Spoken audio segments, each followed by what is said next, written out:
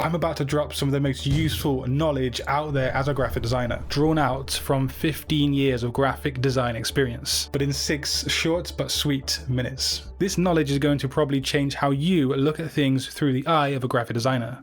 So the first thing I learned somewhere along the way is that pre-saved and pre-made things are an absolute lifesaver. And by that I mean things like having contract or invoice templates ready to rock and roll, mockups saved ready to use, and libraries of icons saved into folders also ready to use. Having these things ready to tailor onto a client's project will save you so much time and energy, which are actually probably your 2 most precious resources as a graphic designer. That leads me on to the next point. Time management is in fact a superpower. Don't just simply trundle along your day as a graphic designer without much of a goal in mind. Manage your time down to the nanosecond. Okay, maybe not that precise, but make sure to plan out your time and ensure it's being used efficiently. I cannot emphasize this enough.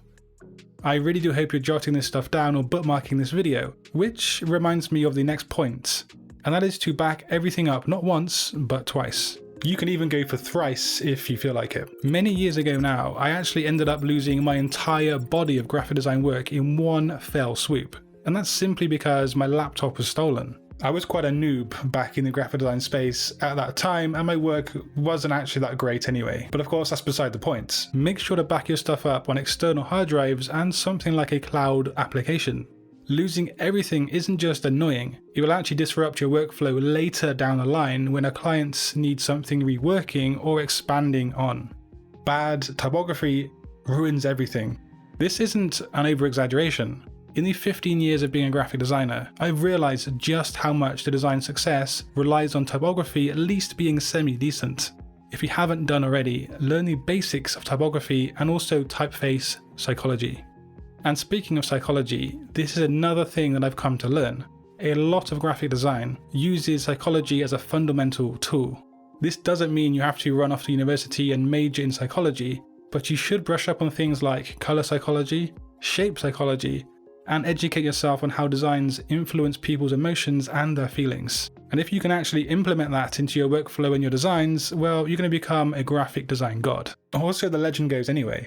How you reply to potential clients can be a game changer. They say first impressions are everything, and that's almost true. Some things that can actually harm your chance at landing clients are being cold, being rude, replying too infrequently, not seeming interested, poor grammar, curse words. I guess that does count as being rude, and not understanding what the potential client wants.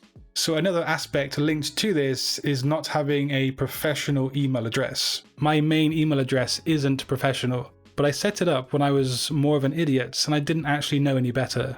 By the time I realized that it should be something like tom@satorigraphics.net, it was just too late. So I had loads of clients and loads of people using that email address, and shifting them all over to a new one would be just simply a headache. Here's an example of an unprofessional email address.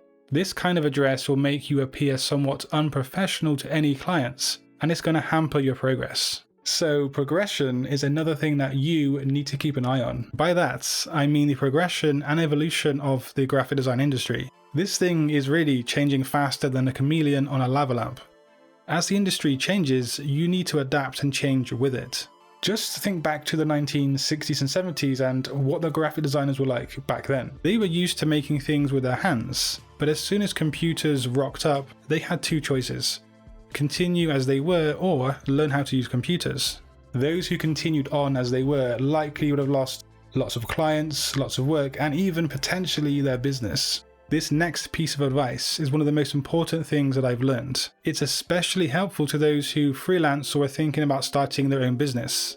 There are only 24 hours in a single day, and each person only has a certain amount of energy. Eventually, you will need to start hiring people to do some of the easier tasks for you, which will free up your time to work on other areas of your operation.